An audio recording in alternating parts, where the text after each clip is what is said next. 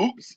Facebook, stop your broadcast. Hey, everybody, we are live at Pace Studios right now with Sugar Ray Rayford. Man, thank you for being here. Everybody, thank you for being here. Thank you for having us, man. It's been great. Yeah. Right here tonight. Yeah, and a big happy 50th birthday to Lavelle Jones on the drum kit back there. Hey, everybody, how y'all doing? This is Sugar Ray Rayford. We live here at the Sugar Shack another Tuesday, the first Tuesday of March. It is March, right? I done lost track of days. I've been stuck in the house so long, I feel like a vampire. But March the 2nd, 1st, 2nd? March the 2nd. Wow. March the 2nd, y'all. My guest today is the legendary, and I call the cat legendary because all the things that he does for the music community, not just the blues community, but the music community and the community that he lives in out there in Louisiana. And I want to thank him for all the great stuff that he did with Henry Gray and Lazy Lester, even though he would have done it anyway because that's the way his mama raised him. My guest today will be Mr. Kenny Neal. But before we do that, we're going to hit y'all with this right here. The question of the day. Today we're talking a little bit of food. We're going to be talking about everything, but we want to talk about food. What I want to start off with is I'm from East Texas, and we grew up eating rice, grits, oatmeal. But the difference is, in East Texas, we would put Coronation milk, sugar, and butter in our oatmeal, grits, and our rice. When I got to California, they were giving me rice with salt and pepper. And then I lived in Japan for 3 years and really learned how to eat rice, and how the rest of y'all eat rice. But we're going to talk about food today. Here's a little something for you, though, before we check that out. Check it out, y'all. Man, thank you guys for being here. We appreciate it very much. You're going to play 3 songs off of Somebody Save Me, which is out right now on 40 Below Records. Right. And can you tell us what you're going to start out with? Well, this third song is called I'll Kill For You, Honey. And it's about what a man will do for his woman. But the trick question is when he asks, would you do the same for me?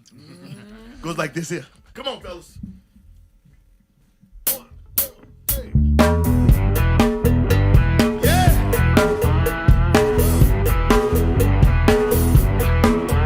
Rumble, fat man, rumble. Listen, I was born to love you. You were made for me. Don't need no doctor for what's ailing you.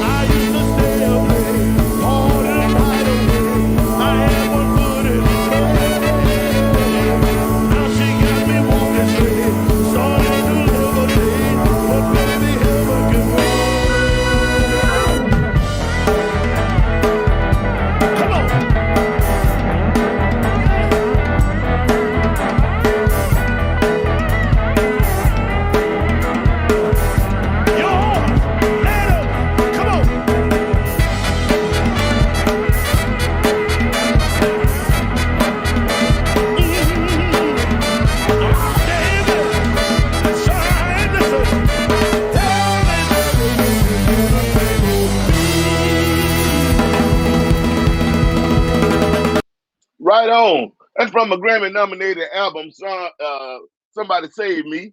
That's been a blessing. That was we did that in New York at Pace Studios. That was after it was like 10 days of playing and singing in a row, and then they got a call like, "Hey man, they want you to do this television show, Pace, and then Relix." And I'm sitting there like, "Okay, man, I ain't got no voice, but you can't turn down TV. You got to do it when you can do it." So we muscled through it and did the thing, and that was the full band. And yeah, I forgot that particular day was Lavelle's birthday. The day is not Lavelle's birthday. That day we did that video was his birthday. Hey, but listen, I want to make sure hello to everybody. Hello world. Make sure you put on there when you're texting or when you send a message. Let me know where you're from. It's cool to see people from all over the world. I see we got Switzerland, a lot of other crazy ones. So make sure you put on there where you're from. Today my guest will be the legendary Mr. Kenny Neal, and we're gonna get him up. And I'm so glad that he was able to take time. I know he's a busy man. I've been very lucky because during this show, I did it to save my mind while I'm stuck here in the house. And I got a lot of friends and acquaintances, y'all. I'm one of them people, I don't meet those strangers. I love everybody. And so I've been really blessed that all these great musicians and activists and historians have been willing to come on and talk to us. They talking to us, y'all. Even though we talking, they talking to y'all. They can see your comments. Kenny Neal, if you can hear me, if you look to your right, you can see comments from people all over the world. You can answer any of those you want. And we're going to get him on there. Bob Fisher from Orangeboro. KY, is that Kentucky? Patricia Gleason all the way from Pennsylvania. Pam King out of Minneapolis. Pete DeCash listening in St. Paul, Minnesota. Curtis Southwell I'm in Victoria, British Columbia. Mima G, California is in the house. And Bob Fisher out of Brooklyn, New York. I saw Barbara and all those. Barbara Ryan, you know I love you, baby. How you doing, Eric? We want y'all to pray for Eric Sassaman. He's been going through radiation. I don't know if he wanted me to put that out there, but I'm putting it out there because they're good people. Prayer changes things. Prayer and positive thoughts. So just send good love and energy to him and his family. He's still backstage. That's because he's the Wizard of Oz. He's just like me. Even though I told him to go lay his butt down somewhere.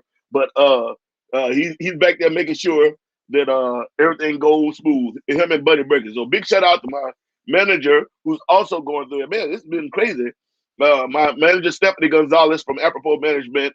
She's on the transplant waiting list, y'all, to get new lungs. Y'all pray for her for that. Eric, like I said, is going through his cancer treatment right now. Eric Sassaman, y'all pray for him. Big thank you to everybody. Big thank you to everybody, man. I mean, it's just been like it's been crazy. Big thank you to Bunny Burkett and Tristan over at Magicians Media. Always have my back with the media stuff and get that together. Really, really, really appreciate it. Shout out to 40 Below Records, my record company now, and Eric Korn. We're doing a great job. Hopefully the new album will be coming out. He'll probably dropping some singles. We finished it. He's mixing it and mastering it now. So before I go any further than that, though, I want to play one by my guest. Let me see. I got a few here about him. That young man, that young dirty mother. I mean, that good young man. He's a good people's. Kenny Neal, Frederick Lawson in the house, San Diego. Big Red out of Wisconsin, baby. What's the temperature? What's the temperature in Milwaukee? What's the temperature in Milwaukee? Michael S. Fairburn, who do you love from Fresno, California? Barbara Keaton in Sacramento in the house. Let's put this up. Now listen, I just told y'all about my rice, how I grew up eating rice, and I've had to change over the years. I've been changing. Kenny was talking about making some roux. He act like he can cook, but since he played every instrument on the planet, he probably can cook. But I'm from East Texas. I'm from East Texas, baby, and we learned to cook. East Texas, I'm from a little town called Tyler, Texas. About 30, 40 minutes from Shreveport. Y'all would call that Shreveport, Louisiana. East Texas, we say Shreveport. I'm about 30, 45 minutes from Shreveport, Bossier City. But we're going to talk about that in a minute. Let's see. Here's Mr. Kenny Neal. Check this out.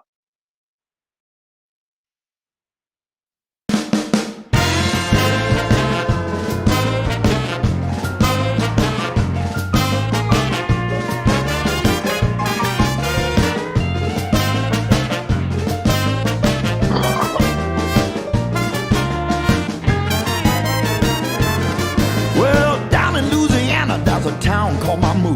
You better watch out. I like that. By that voodoo mama. Voodoo Oh, mama. that voodoo mama. You better watch yourself for that mama, voodoo you. She can point her finger and put a curse on you. Have you walking around without a clue. That voodoo mama. Oh, that voodoo mama. You better watch yourself for that mama, voodoo you.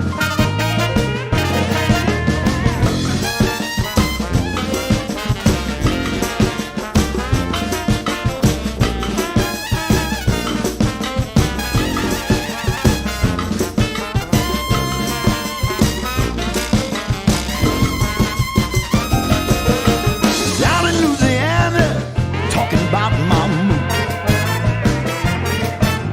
Down in Louisiana, talking about my mood. You better watch yourself for that mama voodoo you. She can take a mojo and whip it on you. She have you doing what she wants you to. That voodoo mama. Oh, that voodoo mama. You better watch yourself for that mama voodoo you. She'll give you a rabbit foot and tell you it's good luck. But then you find yourself all stuck in a rut. That voodoo mama. Oh, that voodoo mama. You better watch yourself for that mama voodoo you.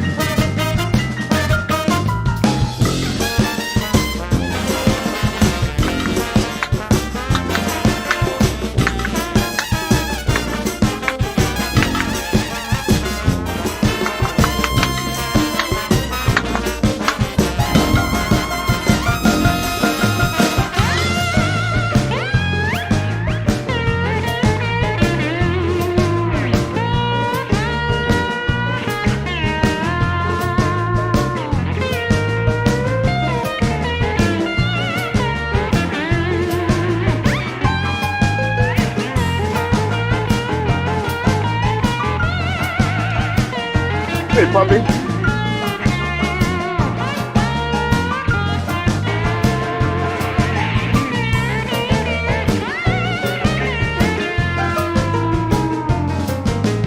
Down in Louisiana, talking about my mood. Down in Louisiana, you better watch yourself for that mama voodoo you. Oh, that goober dust. Goober dust, Sweep baby. around my feet. You better watch yourself for that mama voodoo you.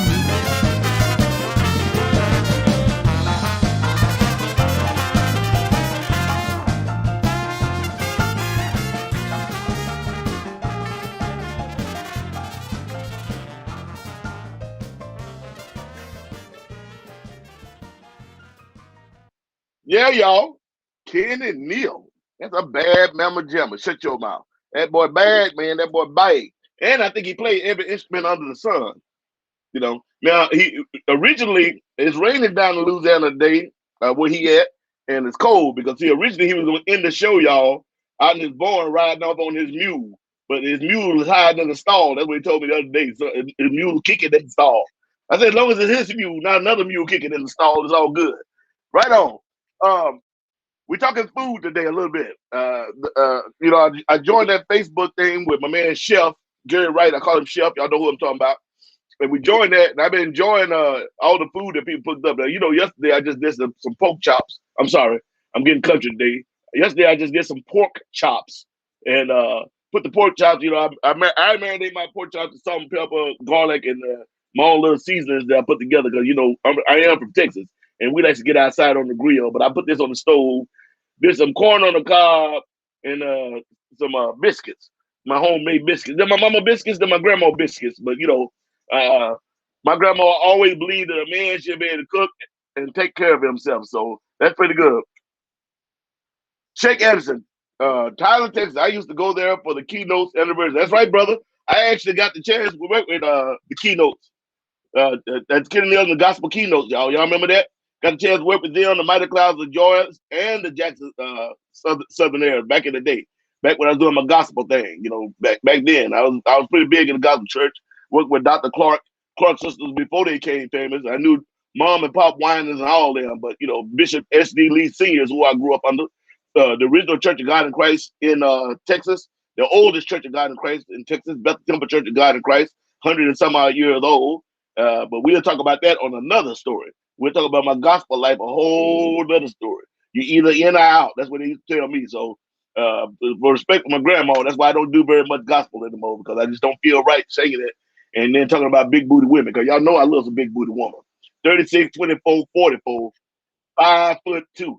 I always tell them I want a woman. A booty is so big that her jeans got 4 pockets on the back. But again, that's a whole other story. We'll talk about that later. I want to play one more. Actually, I ain't gonna play no more. I'm gonna bring Kenny Neal on the stage. That's what I'm gonna do. He backstage chilling. Let's bring him up, y'all. Give me a second. 2, 3, 2, 1. We're gonna get him up here. There he is, ladies and gentlemen, the man, the myth, the legend, Mr. Kenny Neal. How you doing, Mr. Neal? Man, I'm doing great. How are you? Oh man, I'm still old and black, but I'm on this side of the grass, baby. That's right. That's good. That's good. Good to see you. Good to see you. Hey, thank you for taking time to talk to us today, brother. I know you're a busy man, but I really appreciate it. And I love you. And I must say, and then I'm gonna shut up, that from the first time I met you, you was that way with me, and you've been that way with me every time I met you. You good damn people, so don't change. I love that. Down home, man. I'm about down home as you can get.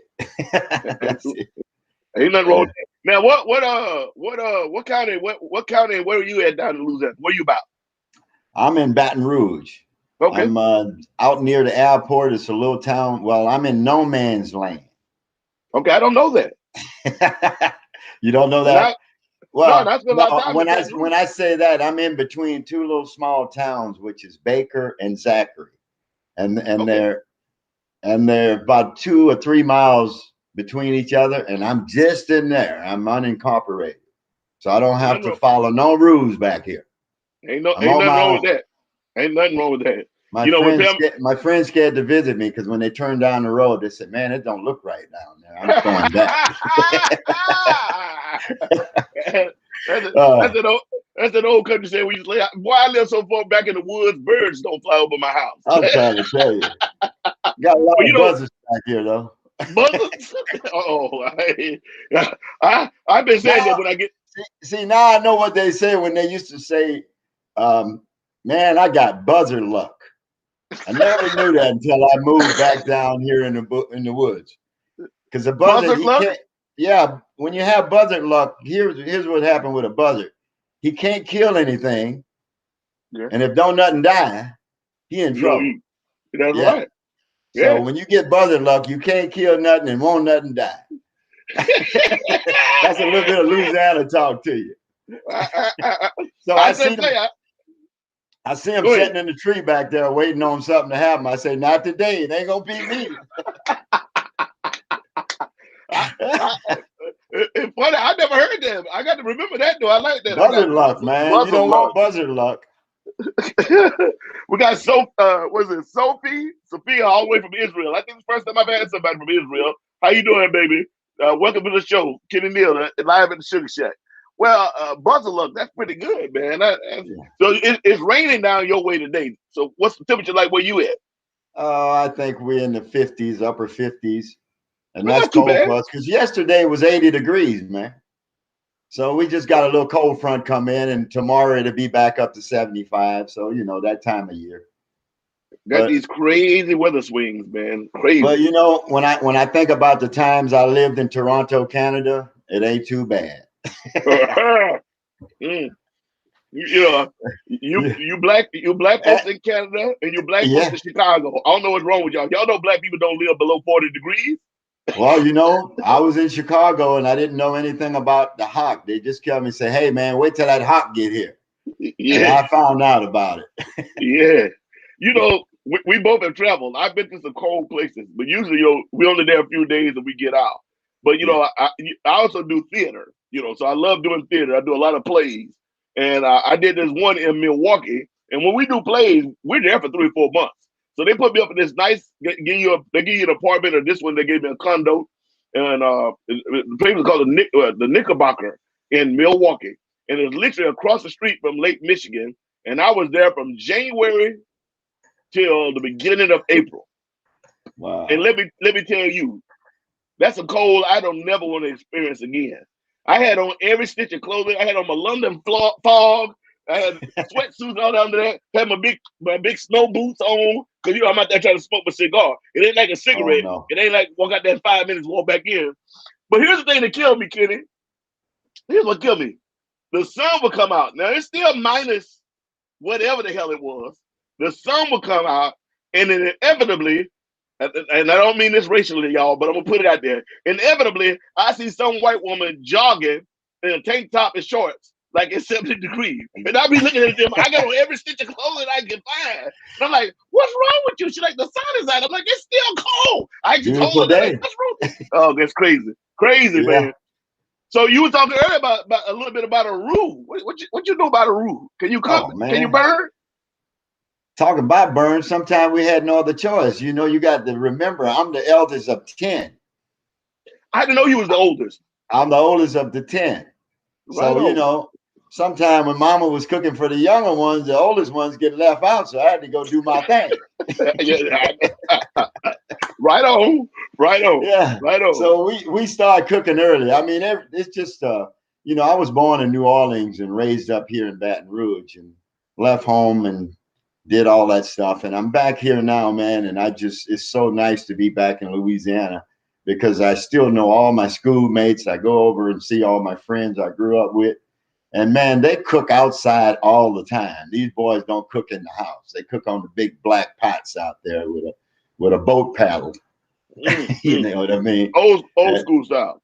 Old school stuff, man. And they always cooking up jambalaya, or stew, or you name it, pastelaya. They doing all kind of. The younger cooks are kind of experimenting with the old school, so you know they whipping up all kind of stuff out here. I've never heard of a pastelaya. Yeah, well, we started that probably you know, maybe 5-7 years ago, something like that, and they use pasta instead of the rice, you know. But and then all the other ingredients are the same. Yeah, pretty much. All the you know, the basic stock what you make with if you're using shrimps or smoked sausage and stuff like that. But they make anything taste good down here, man. Yeah, they can. That's a Louisiana and East Texas thing. That's you it, know, man. People always ask me that, but they used to always say when I was in the military and all that in different places, they say Texas is like dry. I'm like, no, that's all West Texas. I said, once you get past Dallas, going west, you get about 50, 60 miles outside Dallas going west, it becomes desert. And it looks the same all the way till you get to the coast of California. I said, but East Texas, from Dallas to the other side, we call it the piney woods. It's all pine trees, lakes, streams, and green, green, green. Matter of fact, I'm from Tyler, Texas, and it's called the rose capital of the world. So when I went to Portland, and y'all was trying to call Portland the rose capital of the world, I'm like, get out of here, man. Tyler, Texas is the rose capital. People come from all over the world just walk through them Roseville. But anyway, I said all that.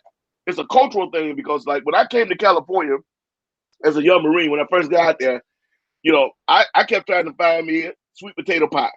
And back then, you know, it's been 30 some odd years. Back then, people didn't know what a sweet potato pie was. They kept trying to give me pumpkin pie and tell me it's the same. And I'm looking like, it ain't the same. No. I don't like pumpkin pie. It ain't the same at all. They didn't even used to have Juneteenth when I first came to California. Most of the brothers I talked to didn't even know what Juneteenth was. They had no idea. But, you know, I mean, it started in Texas, a big Texas thing, but Texas and Louisiana. We celebrate Juneteenth a big time down here. Big time. It's a big time thing, you know. Yeah. And I'm glad, you know, I know we're 2 days after Black History Month. They give us the shortest month. So I'm extending it out. But I'm glad that more people are starting to understand what Juneteenth is all about. You know, it's a sad thing, but as always, Black folks are really good at taking something sad and making it into something that's culturally great and doing our thing with that. Because they was hiding all the information from us, you know. We didn't know better. So, but now we can celebrate it. Make up the time. We're making up the difference now. That's right, baby. That's right. We know better now. Do y'all do sweet potato pie down in Louisiana? Man, talking about that's one of my favorites. My mom bake them all the time and tell me your pies are ready.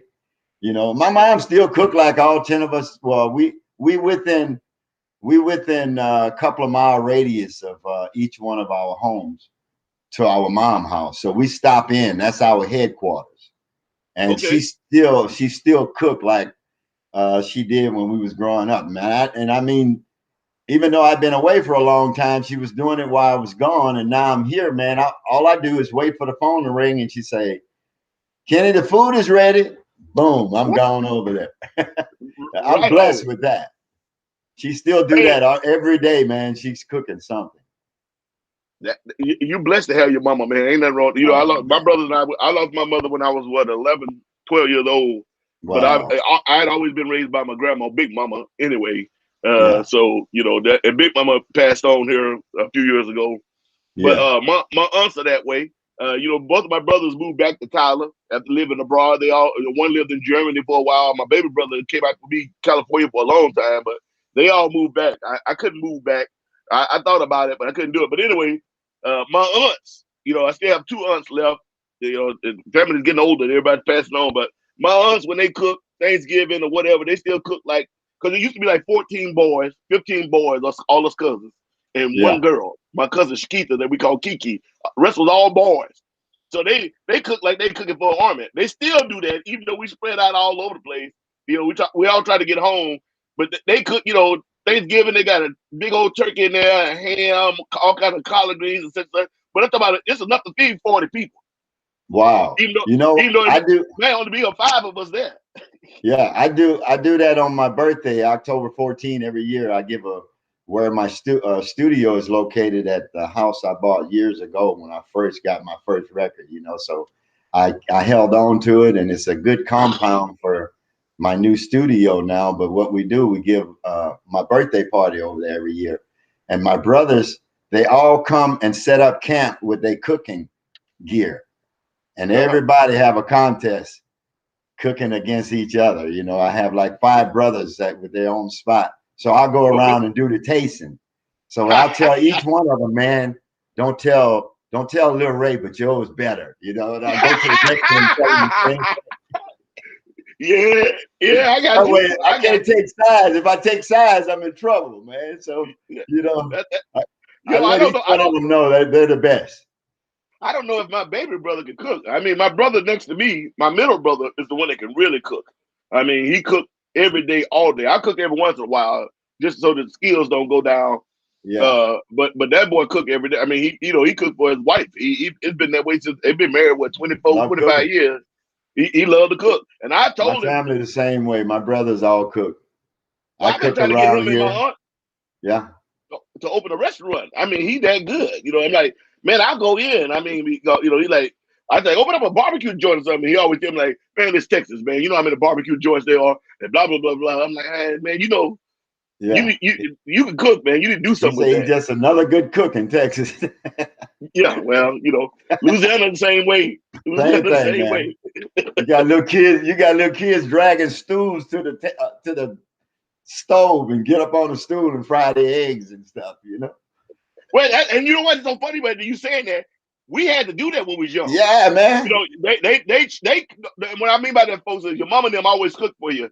But Yeah. sometimes they be like, here, come up here. You can do this. You need to know how to do this. Like I said, my grandmother said a man should always be able to take care of himself. So she would make us sometimes, we had to go in there and make breakfast Pull or that try to make chair up to the biscuits. stove, man, and cook That, that food. They do it that's here. right. I see it. I see it around here. I go, That's boy, right. they getting an early start on this thing here, man. Yeah. Ain't nothing wrong with that, though. Ain't nothing Yeah. wrong with that. A man should know how to cook. Matter of fact, I think women like a man that can cook. That's right. That's right. That's a good thing. That's a I think good that's a thing. good thing. Yeah. Chill boy. Man, my boy, chill boy. Chill boy, how you doing, bro? Hey, you still down in San Diego area, chill boy? It's good. I mean, I ain't heard from you in years, man. How you doing, man? I hope you're being blessed. Hey, listen, we want y'all to join the Blues Foundation. I'm gonna put this up. It's easy to join. You got to be. The voting's going on now for the BMAs, the Blues Music Awards, is our version of the Grammys. For y'all that don't know, and not only that, but your donation when you join really helps the Blues Foundation and the history part, as well as the Hall of Fame and all that. And they really do put that money back into the musicians and the perseverance of this great music we call the blues. So go over to blues.org and join up, ladies and gentlemen. And if you have somebody you like in the BMAs, I myself I'm there nominated this time. You can vote for them, but you can only vote if you're a member. So it's not very expensive. Go over there and join up. Okay, I did my spiel for that. That's my Bunny Burger right there, aka Glenda the Good Witch. She putting that up to make sure I remember to say it. So there it is. And there's Eric, the Wizard of Oz. There you go. That's how you join right there, ladies and gentlemen. Just go through that. Now, Kenny, you very prolific in the history, the proliferation, the without using all the big words, you damn good at supporting the blues worldwide, but especially at home, and jazz and just good Creole music. Can you talk about that a little bit? Well, I just try to give back, man. And it's very important to keep this fire burning down here. And all of the elderly artists like my dad, Rayful, Neal, Lazy Lester, Mr. Slim Harpo, guys like that who paved the way for me. I think it's important to continue on and carry that torch for them, because they worked pretty hard to get it there. And so the young kids now, I'm getting up in age. It's time for me to give back and pass it on. So I moved back here from Palo Alto and back home in Baton Rouge and set up a studio here in Baton Rouge. And the kids that can't afford to pay studio prices, I let them come in and make it possible to pay the engineer. And that's all I ask for. And I'm getting some great artists out of this area that you guys are going to be hearing about soon. And I'm also proud to say that I'm opening up my gospel label as well. So I'll be bringing a lot of raw gospel right out of this area down here in Louisiana. And these guys are kicking butt, And so I'll have my gospel out there along with the blues. I mean, back in the days, the gospel and the blues, if you're playing that devil music, but yeah, but now I think it's time for us to accept that's where the blues come from. So I'm proud to represent the gospel players from around the state of Louisiana. Well, just giving back, that's the main thing, is to help the young kids get a start, because I got help, and I really appreciate the help I got from folks who, helped me on my way. So it's time to give back, I figure.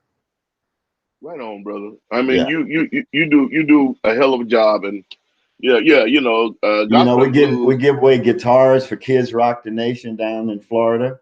Our goals is to give away 1 million guitars, and we're doing pretty good at it. We give them away year round, and right different on. cities. And I'm just happy to be a part of that. Every year in December, I fly down to Daytona. We put a big show together and raise money to be able to buy guitars for the following year.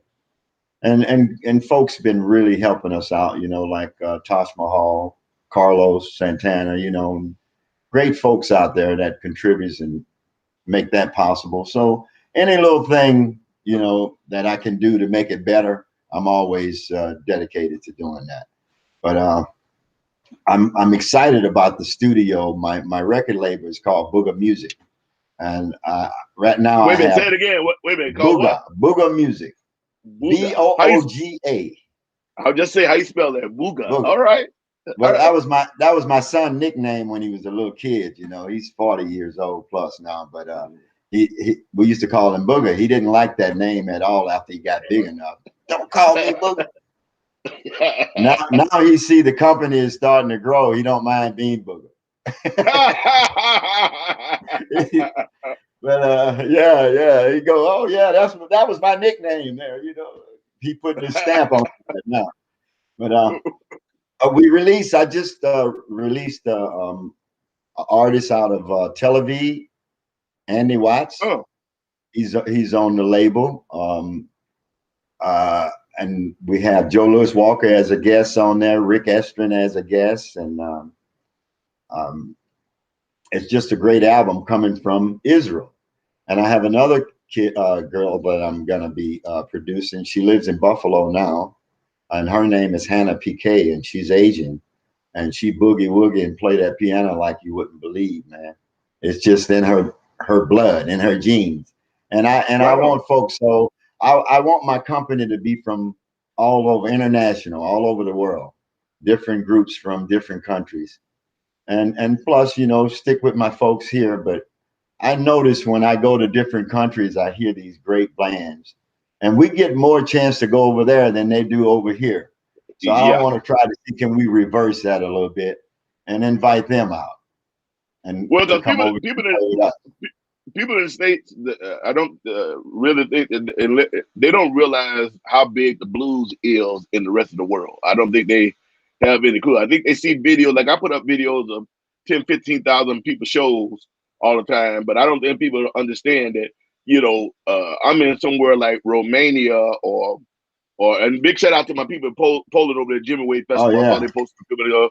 You're in some places that you would never think there would be blues.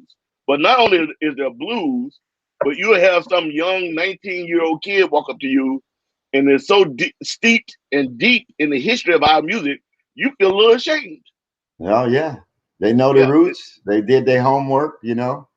that's what I'm saying. They're really dedicated to it. So I'm having fun picking my bands from different countries and have them come over and this place only been open for a year, and last year I closed it down. I mean this past 2020, with the pandemic, I just didn't want to have anybody over there, and so we started doing a little social distance and go and work with the engineer and get some work done.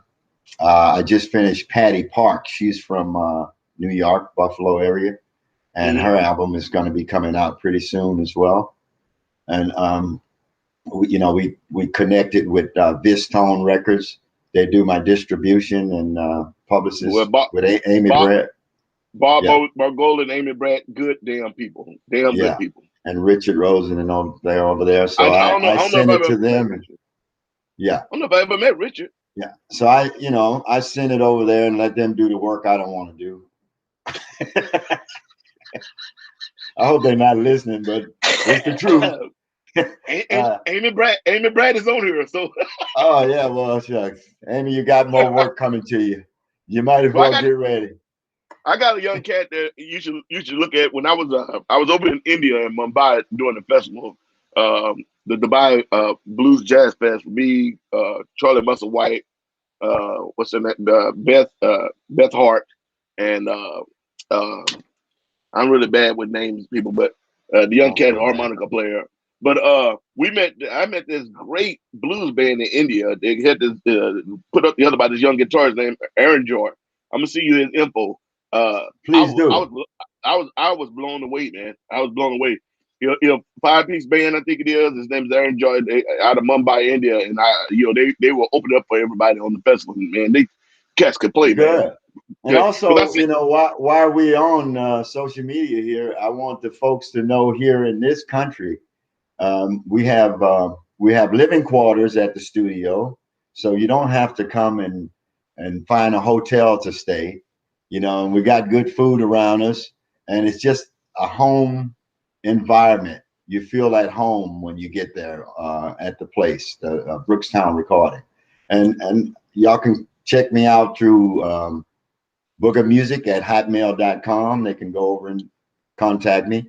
But if you want to come down, stay for a week, I'll be happy to produce the groups out there that need to be recorded and at a reasonable price as well. So I'm right not on. out to gouge anybody. I just want to make the record happen. And I'm just finishing up 9 cuts on Tito Jackson new blues album. What So Tito going blues?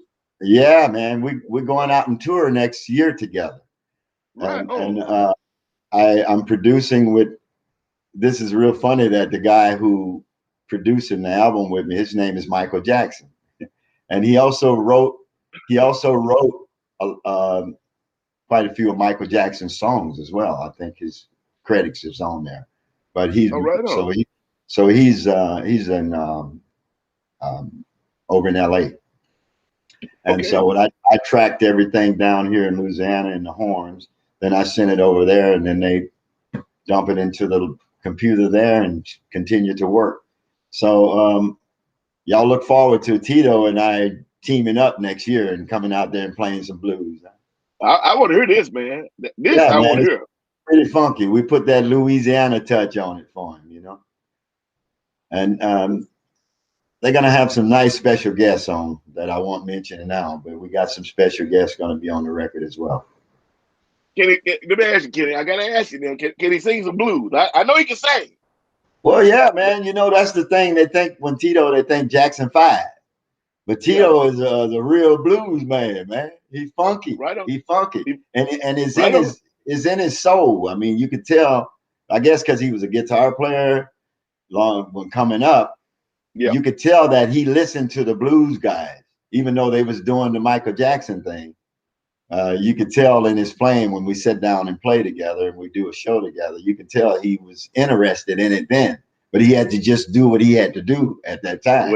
Well, people You don't know? understand that. Sometimes people don't Yeah. understand that. Yeah. You know, you have to do what you got to do in this business. Give a shout out to now, my producer Eric Korn is in the house. Eric Korn from 40 Below. How you doing? E? Go ahead. I'm sorry, Kenny. so now, you know, we're getting up in age, and he's feeling real comfortable about accepting that blues, and gave me a call. We did shows before, you know, and so we hit a relationship off maybe about 8 or 9, 10 years ago or something, but we never decided to team up until now, and it's working. It's going to be a pretty cool record for him. I mean, I'm supposed to be busy, but hopefully I get to see y'all, man. This I like to see. That's Yeah, something to look man. forward to. Yeah, That is something to look forward to. yeah. We're going to do that thing next year. Well, I was sitting there thinking earlier. We were talking before we came online. Is I remember meeting you in L.A. By Joe Campbell and his wife. They took us. I don't know if you remember, but we had this club called the Paladin, and they kept telling me about this Kenny Neal cat. You know, I was still new to the blues world, semi new to the blues world. And I said, Kenny Neal, nah. And you came in, man, jumped up there and sang, had them braids swinging and stuff. And I was like, this cat's all right, man. And we only met briefly for about 4 or 5 minutes. They introduced us, but I was like, you good people, man. You've been good people since the day I met you. I met some of the salt of the earth people in this business. I met some snakes. But most of the people I've met been salt of the earth, and I've been blessed. Man, blessed to know. that's the way the blues family is, man. It's not just the musicians; it's the fans as well. I mean, we got fans that feel like family. We all one big family here. I go all over the world. I go to different cities here in the States, and we'd be happy to see each other. Even though I'm coming to do a concert, but it's like, you know, it's really cozy, and I think it's a great way to bring people together, and we all on the same wavelength, and it's just wonderful, man. Big family. We have a family all over the world. We do. Yeah, we do. But I must commend you on the work you do, especially with some of the older blues cats. You know, I met Lazy Lester the first time I ever went to Norway about 10, 12 years ago, and we talked for a little while, and then he and I went that day. It was his birthday. I met his wife. Then later on, we went fishing in the fjord, you know, and I think him or me, somebody caught an anglerfish, and we cooked that up. And from that point on, he came in, set it on my set, just took over the whole set. I just moved back because it's Lazy Lester, and but he talked about you as well as, you know, I had the privilege and the honor of working with Henry Gray, and then I found out through Bob the things that you did for Henry Gray after Katrina. You know, bless your soul, bless you and your family, man. Because man, I took care of him until the day he died. That's right. All the way up to his death, I was taking care of Mr. Gray, and also Lazy Lester as well. When he was dying, I went out to the West Coast and played music for him. I cooked gumbo for him, and you know, we sat around and talked. Even he was blind at the very end, but I didn't know that. Yeah, but man, he took it in stride, and he wouldn't take any painkillers. He wouldn't take any pain medicine. Matter of fact, I'm still trying to chase him down. I bought, this is a crazy story. I don't know if you want to hear this or not. No, come on. I bought him a grave site thanks to the blues folks out there who help me and contribute to the fundraiser. I bought him a grave site not far from my brother and my dad's grave. And so I go, because, you know, my dad and Lazy Lester started together. They did their very first night together on stage. I didn't know that. Yeah. So I got Lazy a spot out there. I got him a beautiful headstone, and I got the place for his ashes to go into. So his wife came down, and we did the festival and had a great time. And she stayed here at the house, and Lazy sat in my kitchen for 4 or 5 days. and I would crack jokes around, you know, the balls and everything. So I was going to take it to the grave and have a small ceremony and put him down in his spot. Well, when I got back home, she was gone. She was going back to California. Yeah. And I go, "Where's Lazy ashes?" She said, "Oh, I couldn't leave him." So he's hanging around somewhere in California right now. I think I'll get him back soon. I haven't Someday. talked to her for a while. I haven't talked to her for a while. I talked to her a little bit after everything got burnt up. Yeah. With the fire. They lost their house right after that in right after that little town, Paradise, California. Whole town gone. But I just recently spoke to her. She told me she Okay. still got him and bring him back next time, but she couldn't take him. She couldn't leave him. Well, I she said, was with him "Nah, like that's that love." was his shadow. That was his shadow when from the time I met him. That, you know, the 15 years that I got to know, 12, 15 years, you know, that was his shadow. I didn't see Lazy without her. So she he was couldn't blessed. do He was it, blessed man. to have So her. I said, "Okay, well, when you're ready, the spot is there." You know? Right on. Bless your soul, though, man. Yeah. I mean, you're making light of it, but that's a good thing that you did, man. You know, Oh yeah, man. You sending up your timber, man. I didn't even have to think about it. You know, it's just something you had to do, man. Step up to the plate. Well, when I talked to her, she told me that if I burn down, I'm in my RV now. She said, but I saved all of Lester's guitars. I couldn't save nothing else. But she told me she got all of Lazy's guitars out. Oh yeah. Yeah, I have a couple of them here. I got his banjo guitar, the 6-string, and I had acoustic guitar around here. He used to love to play it. And I go, "Hey, Lazy," I said, "You want to buy that guitar? You like it so much, you won't buy it?" "Oh, it ain't worth $5." He said, "Give me that pen over there." He grabbed a pen, he signed Lazy Lester. He said, "Nah, it's worth something." I got it hanging up now, man, with his name and his date. He dated and everything, man.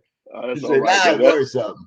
Now it's worth something. Yeah. I had the pleasure about 5 years ago, you know, probably about 8 years ago, I started going to the BMAs. But about 5 years ago, I was walking down to go sit in with Andy T and those guys over at the Hard Rock, the help that their little foundation they had going. And so I'm walking down there, and out comes Dennis Jones. So me and Dennis outside talking. This other older brother walks up. He was dressed pretty sharp, casual, but he was dressed sharp. And we sitting there talking, all us talking. I'm smoking cigars, they smoking cigarettes, we talking. And come to find out, you know, your name came up, and he said, "Yeah, I know." And that was it wound up being Eddie the Chief, man. Oh, and, yeah. Yeah, and Eddie Clearwater. I didn't even know, you know, because I didn't know, you know, I'm still kind of new at times, so I didn't know people by sight. But I must tell you, we sat out there for 35, 40 minutes and chopped it up. And I know you've done some stuff for them too, man. I mean, it's amazing the things that you've done. I get to talking to people. It's amazing how many times your name come up, brother. I mean, you are well loved in this community and without this community. So you should be thankful for that. Even though I know that ain't what you're looking for, you're doing it out of goodness of your heart. When people call me up and I can do it, man, it's not a problem for me. You know, it's like, okay, what is going to take for me just to do this little bit? This little bit can mean a lot. You know what I mean?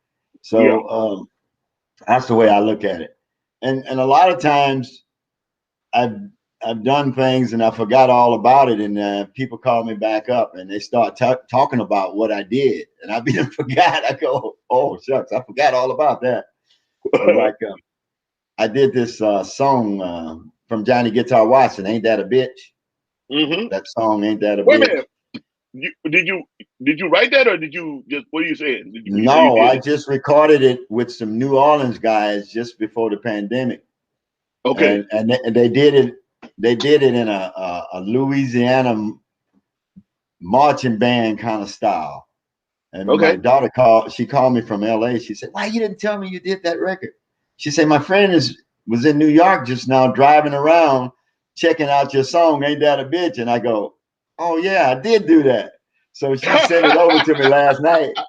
And it's not bad, man. It's pretty cool the way they produced it. But little I wish stuff you like told me that. that.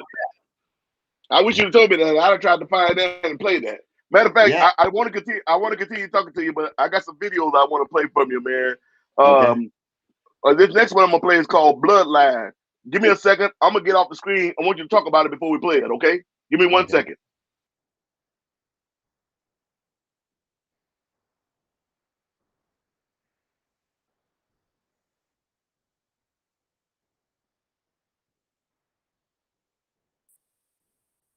All right. Tell me about this one, Kenny. How did this come about? Well, the Bloodline, well, that was the Bloodline song itself, not the album. Just that one cut was something that I wanted to capture for my family for years to come when I'm long gone. You know, the show what kind of close knit family, we were, and the way we got along and enjoyed life and enjoyed each other. So I wanted to put something down and document it. So I wrote this song called Bloodline, and it just tells the story. The video speaks for itself. Grandpa died, daddy gone, now I'm here to carry on.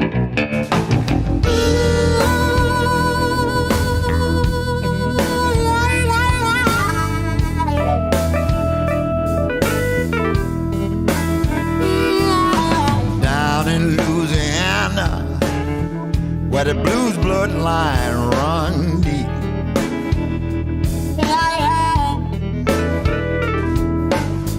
Grandpa was a preacher. The apple don't fall far from the tree.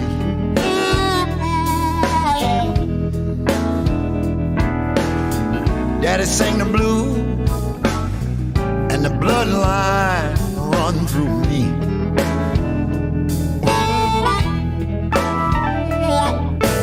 Grandpa died, daddy gone. Now I'm here to carry on bloodline.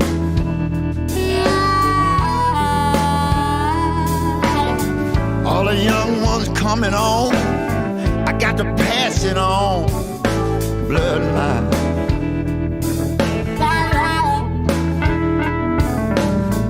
Blues bloodline run deep. I got the blues from my head to my feet.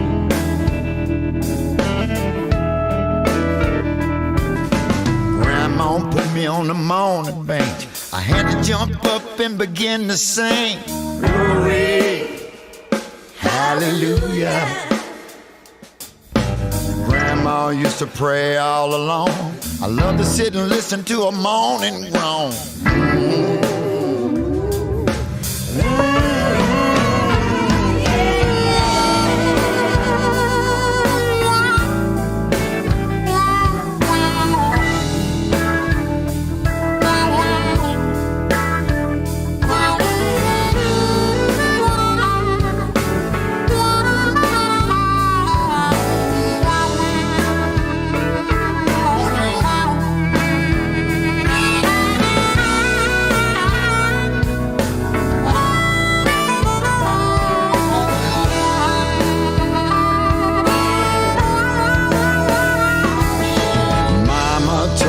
Story,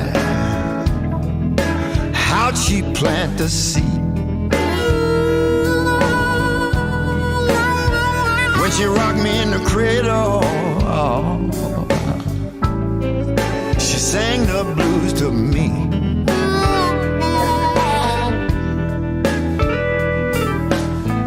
Roots run deep, the apple don't fall far from the tree.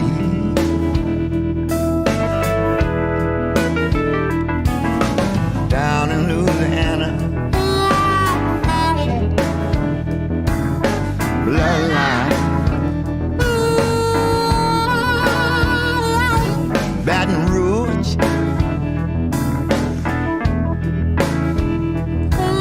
Bloodline. Irvingville. Bloodline. Port Allen. Bloodline.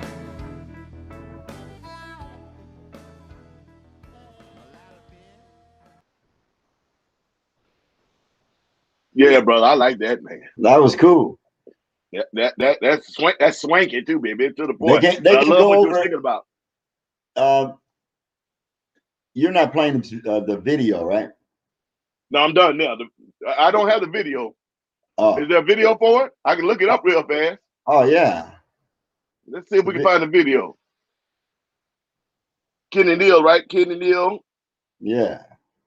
I thought you was gonna play the video. The video have to go with the song, man. All right, give me a second. Let me see. Give me 2 seconds. I got yeah, here we go. Wait a minute.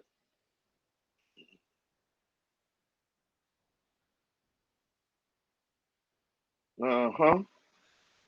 See, Eric Sassaman has taught me how to use all this modern technology. Also, I had a video on the first one you played. That I filmed it in New Orleans and Mamou, Louisiana. All right, here we go. Here's the video. I'm gonna check out again. Let's play that, and then we'll get back to some more talking. Video gonna tell you the story.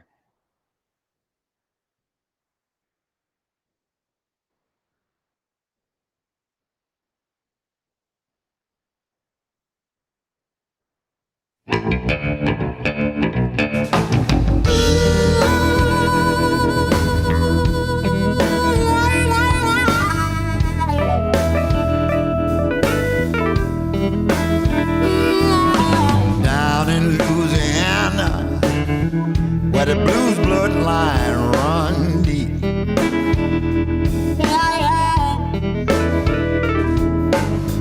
Grandpa was a preacher. The apple don't fall far from the tree.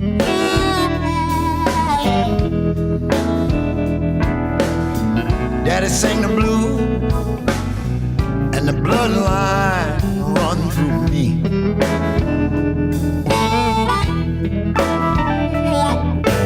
Grandpa died, Daddy gone. Now I'm here to carry on bloodline.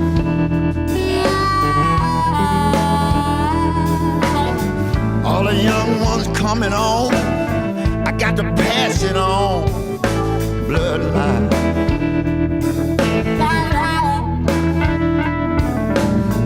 Blues bloodline run deep. I got the blues from my head to my feet. Grandma put me on the morning bench. I had to jump up and begin to sing. Glory, hallelujah. Grandma used to pray all alone. I love to sit and listen to a moaning groan.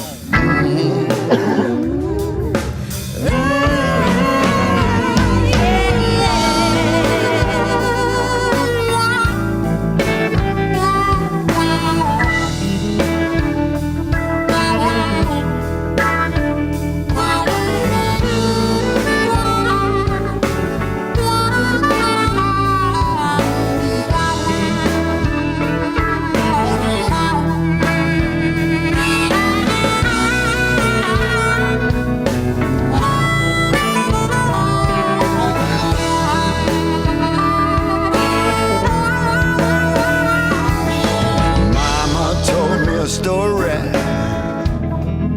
how'd she plant the seed? When she rocked me in the cradle, she sang the blues to me.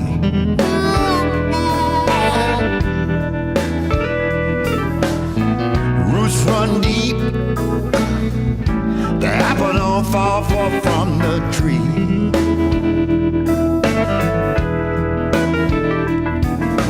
Down in Louisiana, bloodline. Baton Rouge,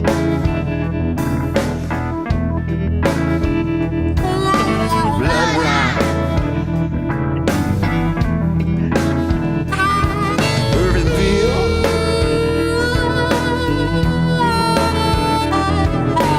bloodline.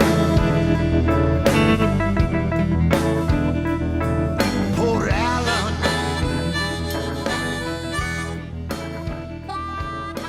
bloodline.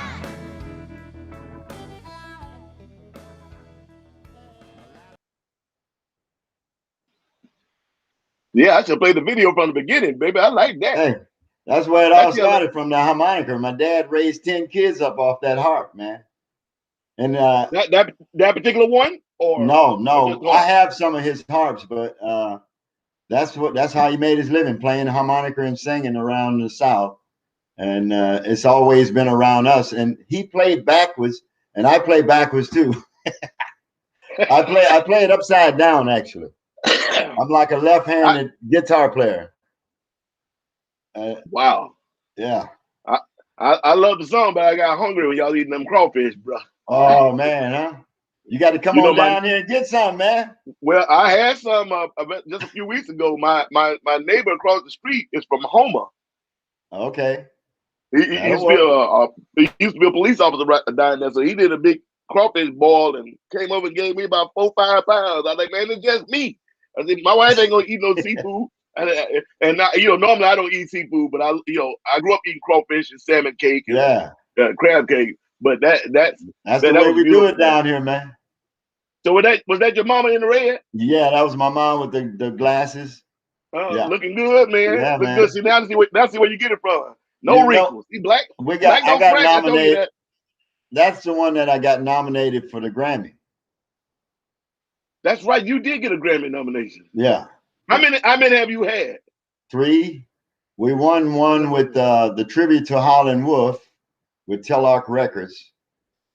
We did a tribute to Howlin' Wolf, but a couple, about what I got quite a few awards. It's just nice to have them. It is. I got a few back there. I've been blessed last few years. So. I tell you, the strangest one I got is you say you're in theatrical as well. Mm-hmm. Yeah, I was on Broadway for a while. I had the lead role. Yeah, I had the lead role in this play called Mule Bone, written by Zora Neale Hurston and Langston Hughes.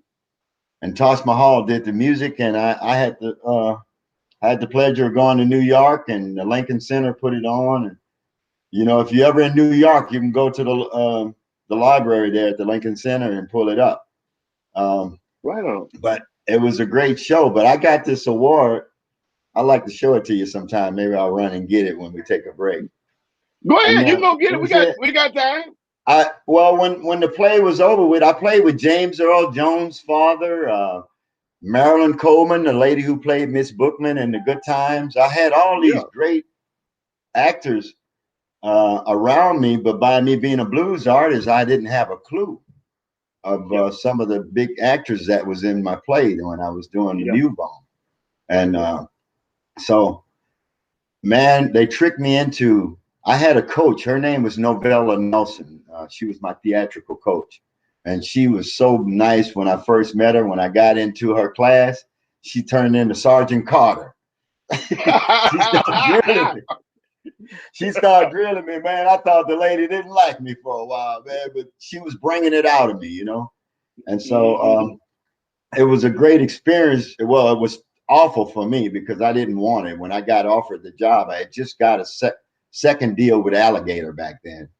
And so I was excited about, man, I got James Brown horn section on my next album. It's called Walking on Fire. I had Maisie Yo, Fred Wesley. I'm looking forward to pushing this album, right? I get a call from New York saying they want me to come in to read for this Broadway show. And I go, man, I don't want no Broadway show, man. I'm trying to go play my push my record. So I flew there and went to read for him, and man, it was awful. I went in there and yeah, Jim said blah blah, and I said, so I told my manager at the time, I said, man, I said I'll never get this job. I said, but Albert King playing in town tonight at the Blue Note. So I went to see Albert King. Yeah, of course. And so on my way back to Florida, I told my manager, I said, man, don't worry about them calling. It won't happen. 2 weeks later, I get a call saying, congratulations, you got the part. Now my heart dropped. Oh, man, Broadway, I don't know anything about acting. So a few months passed, I went to, Taj Mahal was with me all the way through, man. He was in rehearsal a lot there. And she was coaching me. And so I learned to sing and dance and play. And man, after the show was getting ready to close, they came in and say, okay, we're going to run for 2 more weeks. We're going to close. I went back in my dressing room and go, yeah, I was ready to get out. But I gave it my all. And after the show was all over with, I went back to playing my music. A few months later, they have the Theater World Award. And I was going to France. So in New York at the airport, I said, let me call some of my friends from my Broadway show and say hello. And when I called that day, she said, congratulations. I saw in the news today, Times, that you won the Theater World Award for the most outstanding newcoming actor. Wow. I didn't know what was going on. So I went to Europe. I came back to New York and I spent 2 or 3 days because they was going to have the ceremony during that time. And I took my coach, Miss Novella Nelson. I took her to accept my award. And here it is right here. Hey, there you go, right there. That right there. Oh, that's nice, baby. Oh yeah. They got 2 different faces on it. One there. Yeah. I guess that's when you don't win.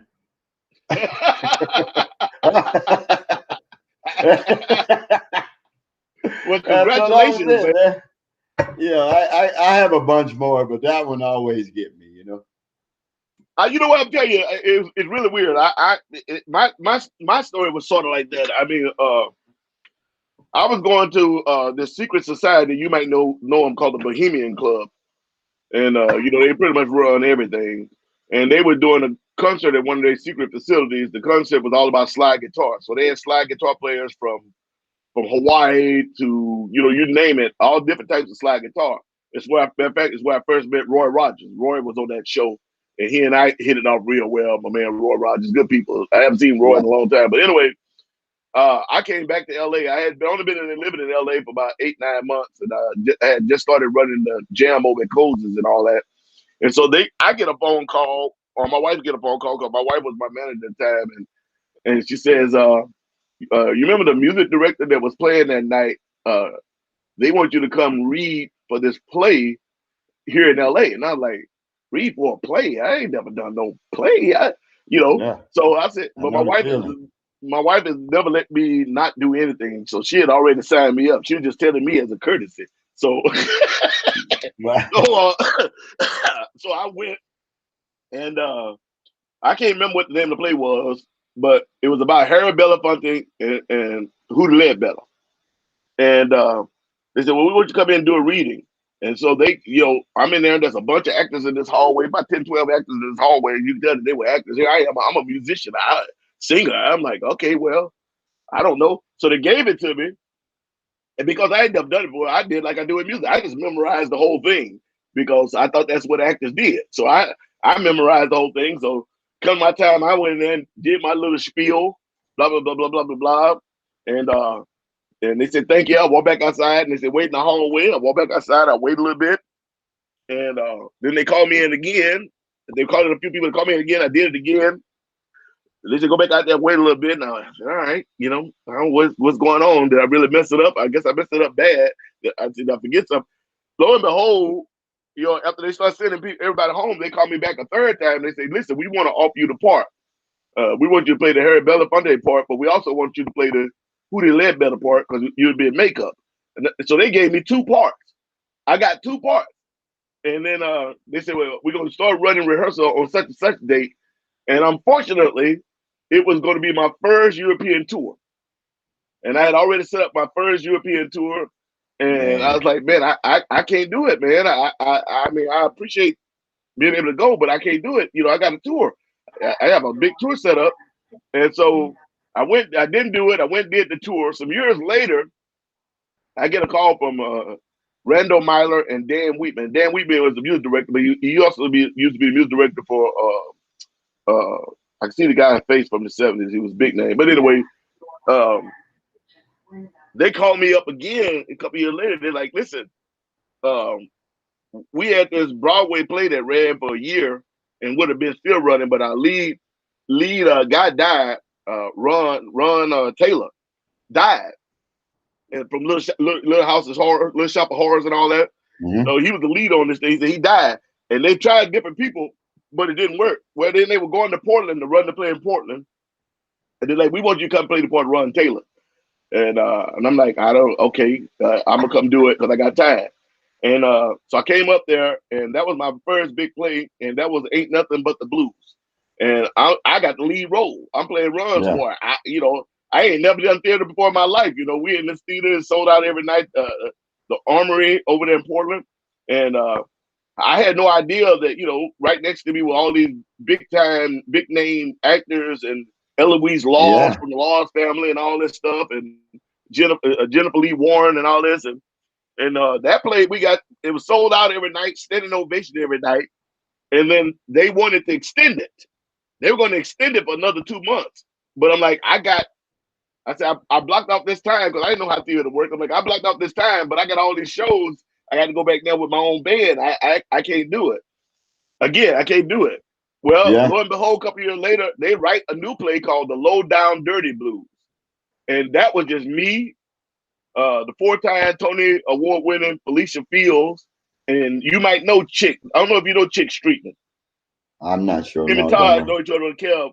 You probably know him, but don't remember. Chick in Mississippi and all them guys. So this play was only 3 people.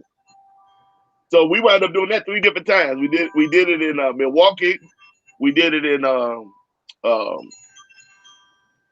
sorry about that. No worries.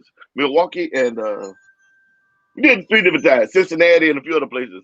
But I'm telling you, man, I really enjoy doing theater. It's crazy hours they work, but I enjoyed doing the theater, man. It's really fun. And we were going to do it, Ain't Nothing But the Blues here in Phoenix. They brought it to Phoenix just so I could do it, so I could stay home and do it. But then I wound up having another big I had a world tour on that one, and I couldn't do it. But it's crazy. I love theater. Yeah, and I think more blues people should go. Once I got the ball rolling and learned how to deliver my lines, and it's just a lot like hitting the stage. Even though we do the same song every night, you don't do it the same way every night. And when I learned that, I learned to play with my lines, and I would throw people off sometime just the way I delivered my line to them. And I would do it deliberately because I got hip to what was going on. So I would approach them different and throw them off. They get caught off guard when you do it. But we have a blues artist out there today who toured the circuit, and his name is Guy Davis. That's Isaac Davis' son. Well, he was my understudy. And back then, you know, I'm dedicated. When I get involved with something, I put 150% in it. So my matinees, I should have probably let the guy set in a couple of times on a matinee or something like that. Well, he dressed up like me every day, and he never went on stage. I never missed a show. And I still tease him when I see him. You know, I go, well, man, it was my show. Even when I wasn't feeling well, I would do it. Well, yeah, and we didn't even have understudies. So we running them was 8 shows a week, and it was like, you know, you had to do it. But I loved it. My understudy was hoping I'd break a leg or do something, man. You give me a chance. You know, it's a lot. Like I said, it's a lot of hard work, but the theater thing is good. I got one more song I want to play, and hopefully Facebook don't wind up canceling us. If Facebook Live, you'll be able to hear this, but if you go back and Facebook mute this, they might mute this song. But you can always see everything without being muted on our YouTube channel at Sugar Ray Raper. Go to our YouTube channel. If it's too hard for you to find it there, go to my website, sugarrayraper.com, and you can click on it in probably about 10 minutes after the show. And you can click on it, it'll take you right to the YouTube thing. But check this out. This is another one about Mr. Kenny Neal. I'm gonna bring this one up, Kenny. Hold on 1 second. I'm gonna pull me off the screen. I'm gonna bring this up. I want you to set this one up for me.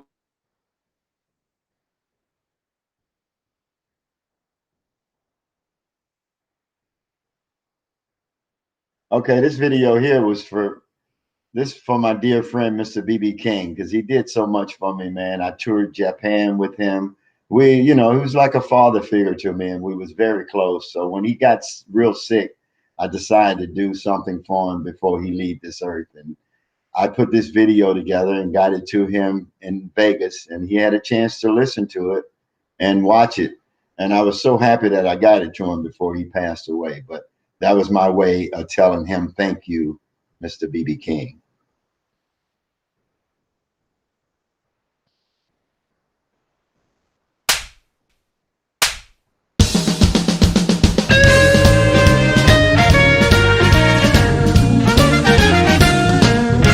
Well, September 16, 1925, that's when the greatest blues man came alive. Met Lucille and started to sing. That's when he became B.B. King. I just want to thank you, B, for paving the way for me. I said the thrill ain't gone, and your blues gonna live on. From the cotton fields of Mississippi all the way to the White House, that's why you the king without a doubt. The Queen of England say the best she ever heard. The Pope said, listen, never said a word. Oh, Mr. Bluesman, what a joy you bring. When you and Lucille get together, you become the king.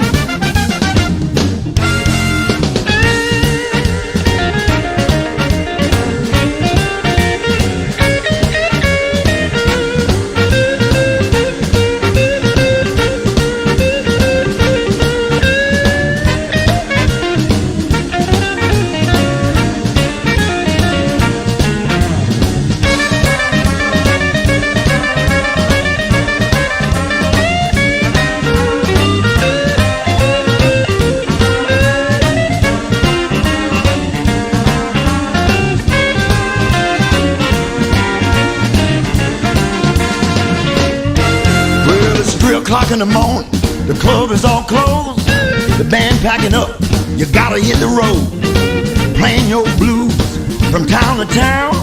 When you hit the stage, you never let us down. I just wanna thank you, B, for paving the way for me. I say the thrill ain't gone, and your blues gonna live on.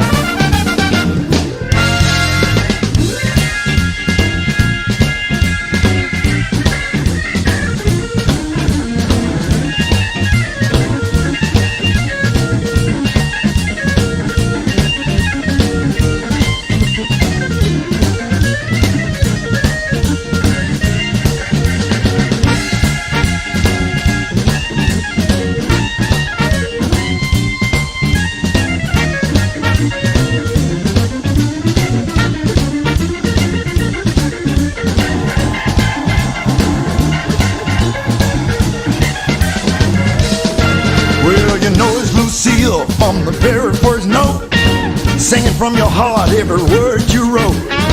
You give us a feeling we can't describe. You make us laugh, you make us cry. Thank you, Pete, for paving the way for me. I say the thrill ain't gone, and your blues gonna live on.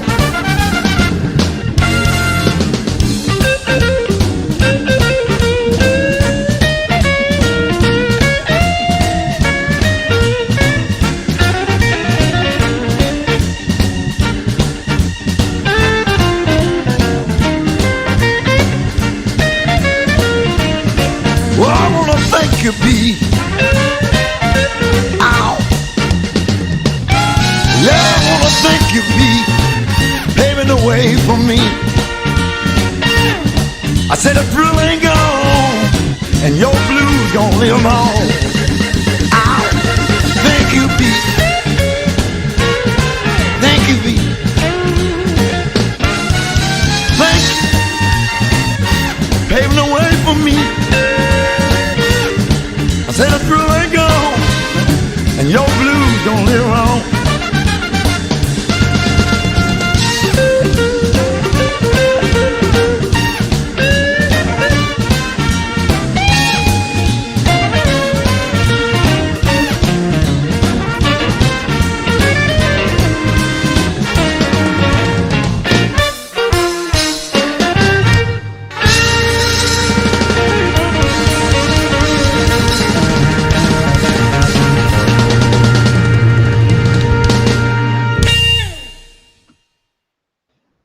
Wow. Wow. Yeah. I almost want to play that one again. Actually, matter of fact, I am gonna play that again. God dang it. I like that. Oh, BB, man. My internet's starting to slow down a little bit because it's getting warm, but I got to play that one more time. And Lucky Peterson, man, you got Lucky in there with you. Yeah, that's my boy, man.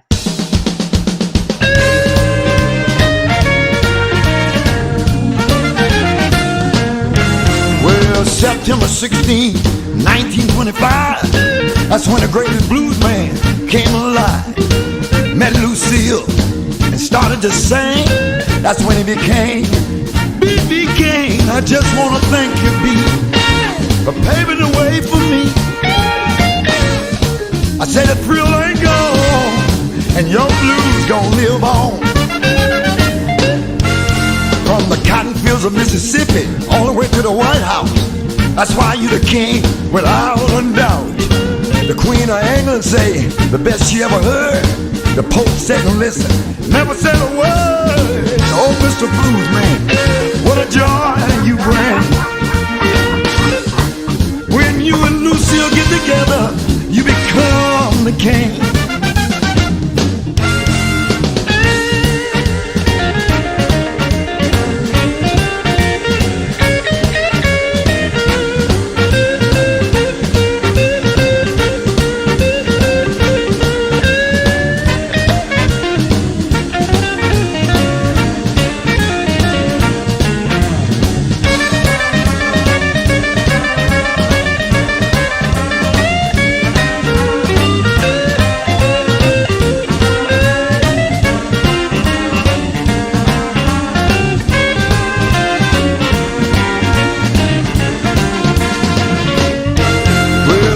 O'clock in the morning, the club is all closed. The band packing up, you gotta hit the road. Playing your blues from town to town. When you hit the stage, you never let us down. I just wanna thank you, B, for paving the way for me.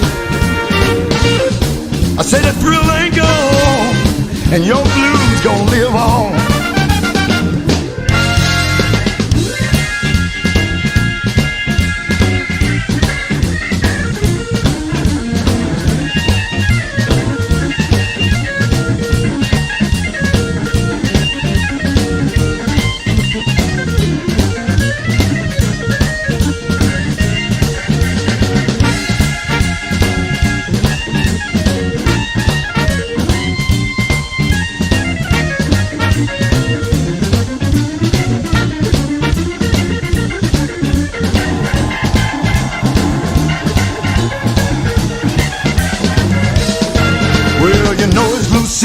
From the very first note, singing from your heart every word you wrote. You give us a feeling we can't describe. You make us laugh, you make us cry. Thank you, Pete, for paving the way for me. I say the thrill ain't gone, and your blues gonna live on.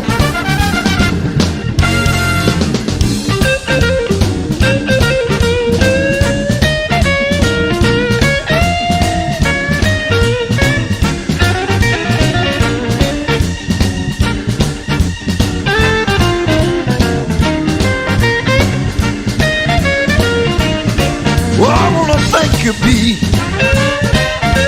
Ow. Yeah, I wanna thank you, B, paving the way for me. I I said the thrill ain't gone, and your blues gonna live on. Ow, thank you, Pete. Thank you, Pete. Thank you, paving the way for me. I said the thrill ain't gone, and your blues gonna live on.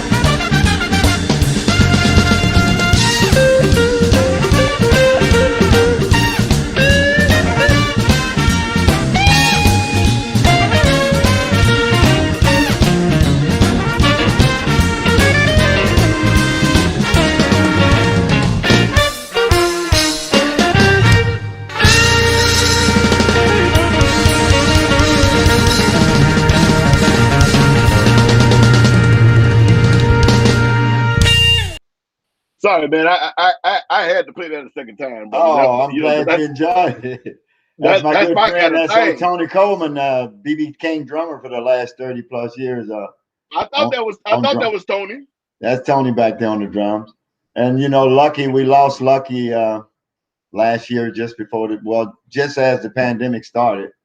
And you know, Lucky been with me from the first CD I wrote. Because when I didn't know that. when I did Big News from Baton Rouge, I brought Lucky in to play on my very first album with Alligator. And then Right on. I talked to Bob Greenlee. I said, hey, man, why don't you do a record on Lucky, man? He said, well, if you're interested, I said, Lucky, I got you a record deal. And Lucky did his right after me. And every record I've recorded over the last 30 plus years, Lucky always been on them. I don't feel right going in the studio without him. And I really miss him a lot. He's like my little brother to me, you know. And he was my little brother. But he came here year before last, spent a week with me. We went into the studio and we recorded about 18 to 20 songs together. And I'm going to release an album on our last session. It's called Reminiscing, because we was in the studio and we was talking about his dad. He talked about his dad. I talk about mine, and then we'll play a song. And it's just the two of us. And I got all of this great music. So I'm going to release maybe 8 or 9 songs after this pandemic is over with our last session together. I can't wait to buy that, bro. Oh man, it's off the chain to sit back and listen to it. It's amazing. It was like it must have been meant for us to do this, you know. And that was our last time to be in the studio. But every time I call on him, he would be there. Every time. Damn. Yeah. Well, you know, I think the first time I met Lucky was probably 2008 or 9. I was playing at Corzola in Spain. And we in the tunnel in this old bullfighting ring. I think it's the oldest bullfighting ring. I know that place. Yeah. And Lucky came up to me, and we were sitting in the hallway where the bull run through. That was our entrance area. And he and I sitting there talking. And I didn't know who he was. I just knew he knew a cool cat, but I had heard his name. You know what I'm saying? Mm-hmm. And he had a CD with him. He wanted me to get at the Randy Sharkoff, and I was like, man, but you Lucky Peterson, you know. At that time, he didn't have deal. He was shopping a deal, but we became friends. And you know, I stole his drummer, Lavelle. Lavelle's been my drummer for a long time. Lavelle was his drummer. Him and Rico and those guys. And you know, I've used Rico a couple times. It was funny because the last time we played was probably about 8 months before he passed. We were in Italy. No, I'm sorry, we were in France. And what was it was a big festival there. I can't think of the name, but I opened for him. And man, we chopped it up. It being him and his wife, we all chopped it up backstage for a couple hours. It was always great people. Just a genius from day one. Yeah, I mean, he was. I learned that later. He was on the Ed Sullivan show on, Johnny Carson show when he was 6 years old. 6 years old playing the Hammond B3. You know, he just drums, bass, guitar, you name it, he could do it. And do it well. But you play how many instruments do you play? Yeah, but I'm not near Lucky Peterson. No, but really, how many instruments do you Well, play? I don't know if I'm playing them or not. I know I could play something on them. How many, Kenny? I don't know. I pick up the piano. I'll play the harp. I'll play the guitar, the bass. You know, I left home with Buddy Guy in '76 when I joined Buddy Guy band in 1976 as a bass player. I didn't know you. I didn't know you was part of Buddy Guy's band. Yeah, well, Buddy Guy. See, Buddy Guy was my dad's guitar player in 1956. My dad had Buddy in his band. Him and Lazy Okay. Lester and all of them guys was in my dad's band. My dad's band was called Neal and the Clouds. Okay. And and Buddy Guy was in my dad's band. And when he opened up for Muddy Waters and Lil Walter here in Baton Rouge, and Muddy and Walter them liked Buddy and my dad so much they invited them to come back to Chicago. And this was in like the early part of '57, late '56. And my dad had just started a family, so he wasn't ready to leave. And Buddy took off and took Muddy up on his offer. My dad stayed behind and continued his music here. And so throughout the years, see, Buddy is from this town. Buddy Guy and Phil Guy, Sam Guy, all of them. Annie Mae, she just passed away. That's Buddy's oldest sister. We just buried her not long ago. But they're all home folks. So one night I was playing in the club and Sam Guy, Buddy's other brother, came and put a little piece of paper in my pocket. And I pulled the paper out during the break and say, Buddy Guy, say call. I say, damn, call him. I don't know. I went to a payphone. I called him Collect. Did you really? Yeah, I called him Collect.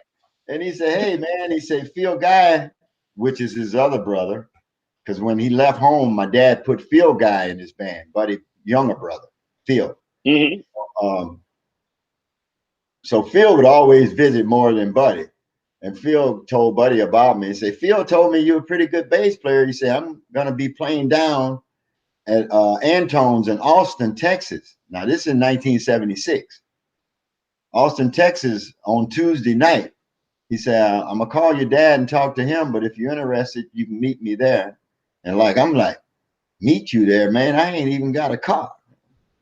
So I caught a bus to Austin, Texas that Monday. I went that Friday night when I got the note in my pocket. I told my mom the next day. She was upset. She didn't want me to leave. I'm the oldest and leaving home.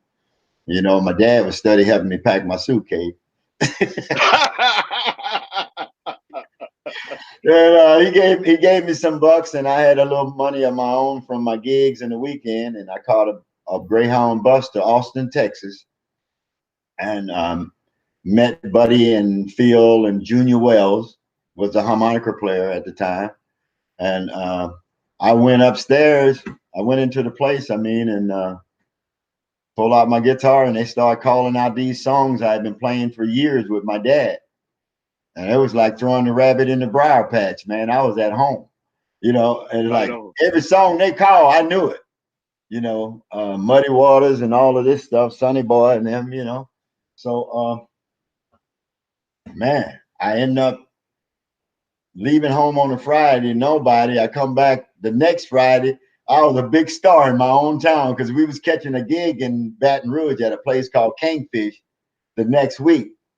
And I came back through, and really it was a great send off for me because my dad, my family, and everybody came to Buddy's show, and they got a chance to see me leave home and what I was doing with Buddy, and they was all proud of me. I made it through the set, you know.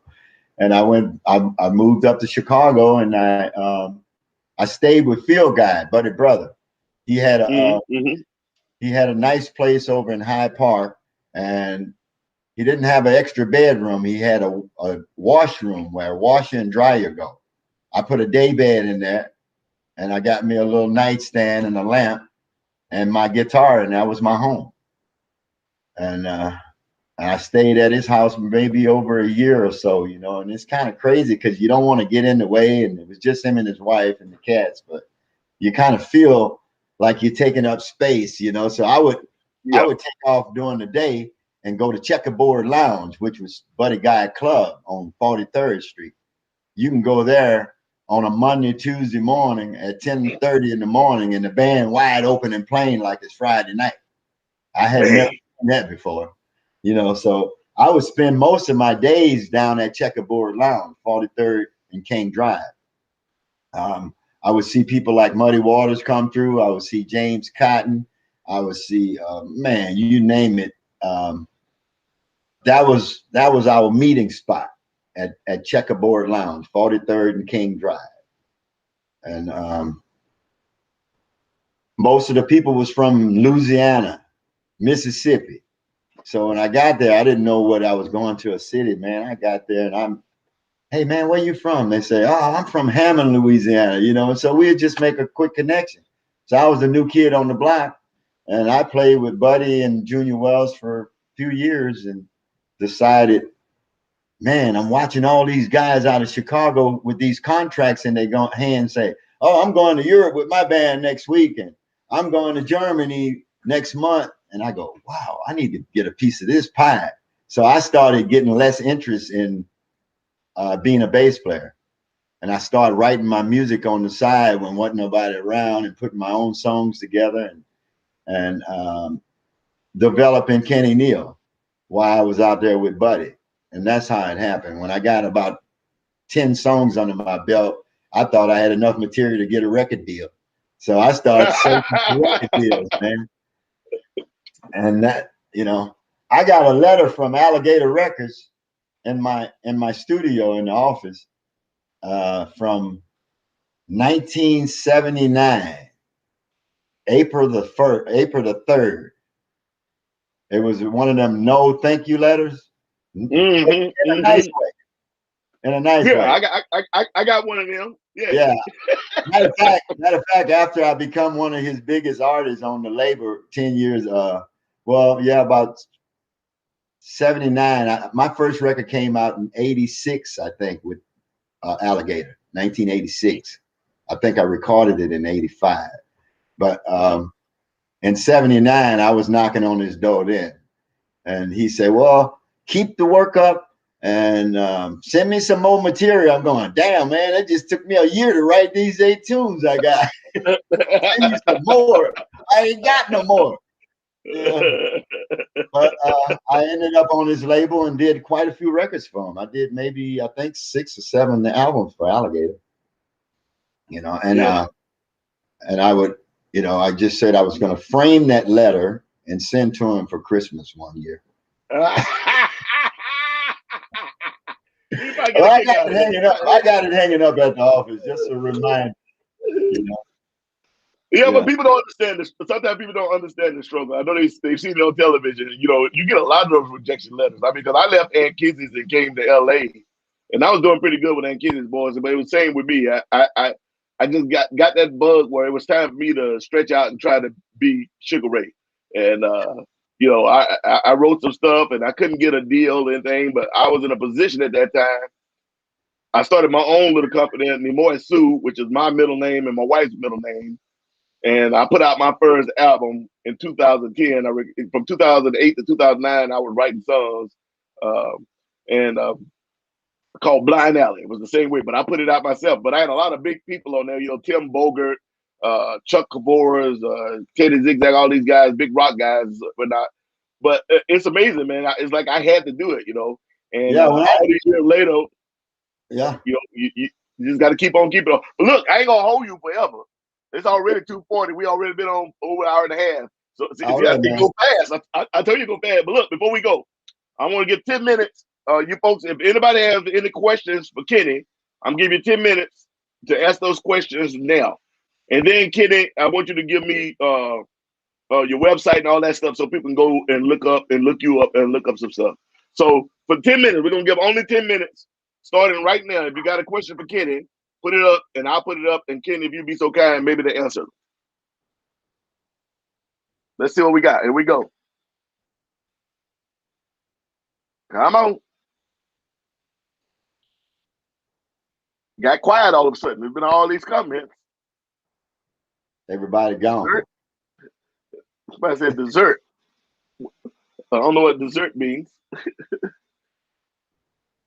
If you got a question for Kenny, now's your chance to ask.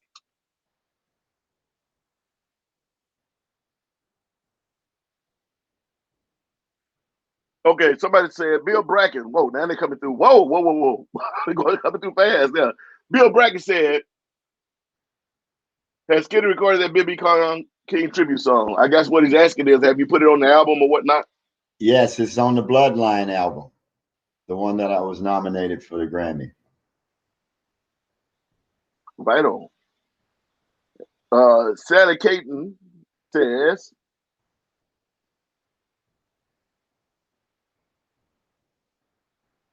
when are you coming to Sacramento?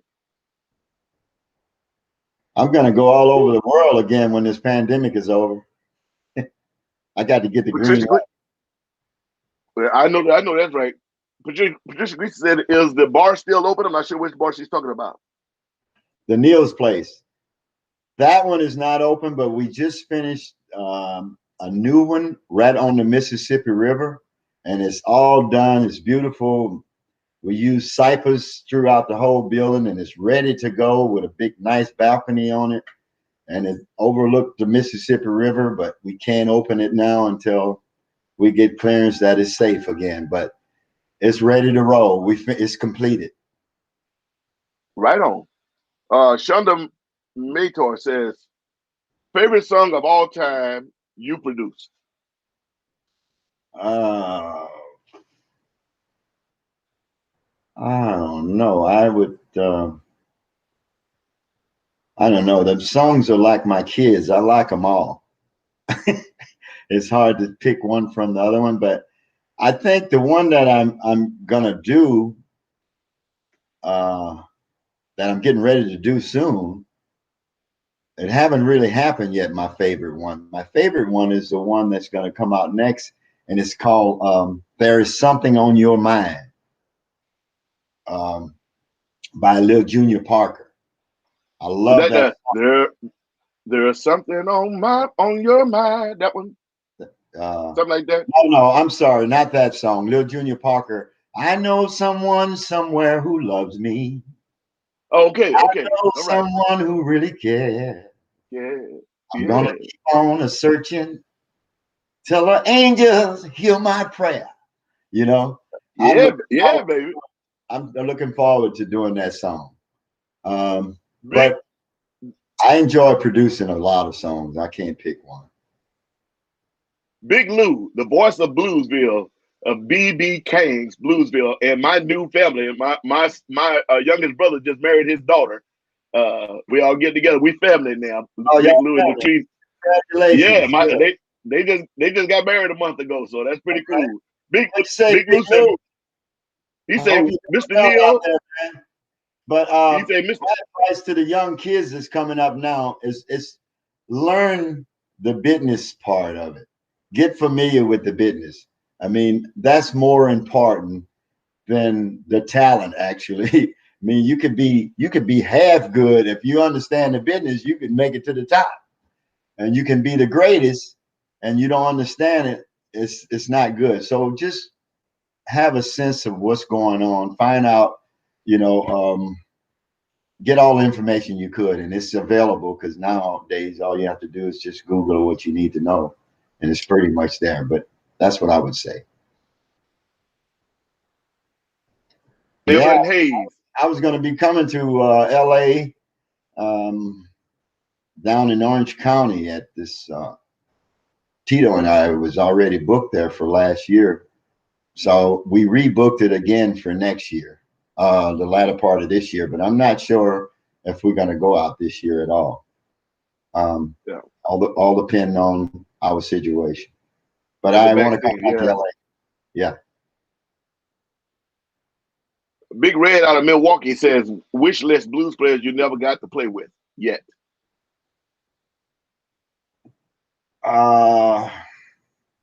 Man, I done played with all of them. I played a lot with Muddy Waters. I played with John Lee Hooker. I got video of all of this stuff I'm talking about. Me and Big Mama Thornton, Junior Wells, Man, it ain't nobody else left that I really wanted to play with. I remember my first time I played with Muddy Water. Well, we didn't play together. Me and Yeah, you, I know. we jammed Yeah, I together. know. Yeah, we did. We did that Remember thing when out I in told you don't get too Boston. close to my toes because you were stumping your foot right at my toes? I go, man, if you hit me with them size 18s, I'm in trouble. No, Yeah, yeah. but We not yeah. Mansfield out near Boston. No, That's right. I'll never forget that, man. You came over to me, you was stumping so hard, all my ears was moving. I go, oh man, white these toes.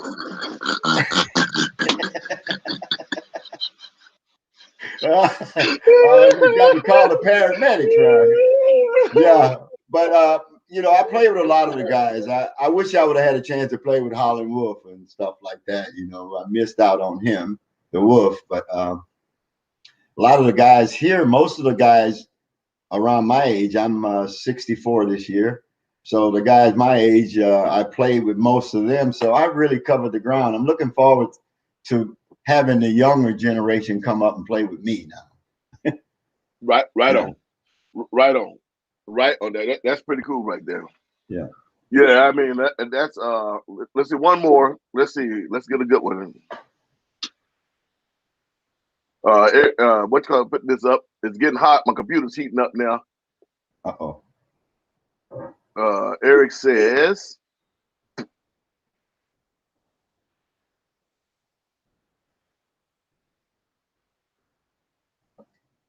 That's it. uh, KennyNeal.net.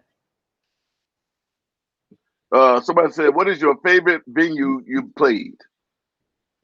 Man, now this is really strange, but my favorite venue is where my birthplace, New Orleans, at the Jazz and Heritage Fest and the Blues Ne- Tent. ne- Never got a chance to play it. It's on my bucket list. Well, you That got to one, the Chicago come Blues. down and visit me, and I'll put you on there with me. Well, I'll do that. I'll bring you on as a guest. The Chicago Blues Festival and the King's Biscuit both have been on there, but I just scheduled to play the Chicago Blues Fest 2 nights.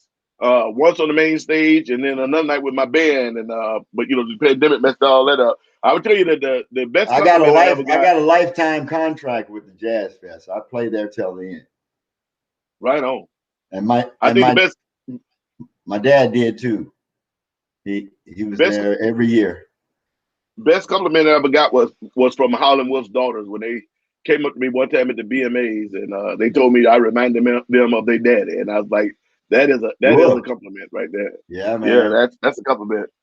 Listen, man, we got a lot of questions now, but like I said, 10 minutes. What's the name of the new bar? I think you already said that. Did you keep a place in San Francisco Bay Area? I love when you lived here and could see you often. What's the best part of performing with family? Kelly's Earth from Kelly's Lot. The best part of playing with the family is